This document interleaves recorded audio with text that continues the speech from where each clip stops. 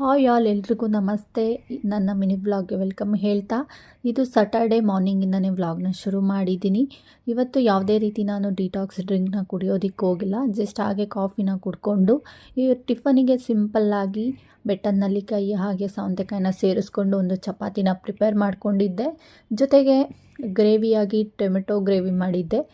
Full recipe ಬಂದು ನನ್ನ YouTube ಚಾನಲಲ್ಲಿ ಅಪ್ಲೋಡ್ ಮಾಡಿರ್ತೀನಿ, ಹೋಗಿ ನೋಡಿ. ಹಾಗೆ ಕಿತ್ತಳೆ ಹಣ್ಣಿನ ಸೀಸನ್ ಆಗಿರೋದ್ರಿಂದ ಕಿತ್ತಳೆ ಹಣ್ಣು ಹಾಗೆ ದಾಳಿಂಬೆ, ಒಂದು ಏಲಕ್ಕಿ, ಬಾಳೆಹಣ್ಣು ಬಳಸ್ಕೊಂಡು ಒಂದು ಮಿಲ್ಕ್ ಶೇಕ್ನ ಪ್ರಿಪೇರ್ ಮಾಡ್ಕೊಂಡಿದ್ದೆ.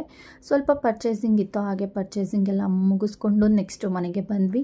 ಮನೆಗೆ ಬಂದು ಚಿನಿಮಾಗೆ ಸ್ವಲ್ಪ ಹೋಮ್ವರ್ಕ್ ಎಲ್ಲ ಮಾಡಿಸಿ ಇದಾಗಿತ್ತು ಇವತ್ತಿನ ನನ್ನ mini vlog. Thank you for watching. ನಾನು ಮಾಡಿರುವಂತಹ ಕಲರ್ಸ್ ಹಚ್ಚಿದ್ದೀನಿ, ಹೇಗಿದೆ ಅಂತ ಹೇಳಿ.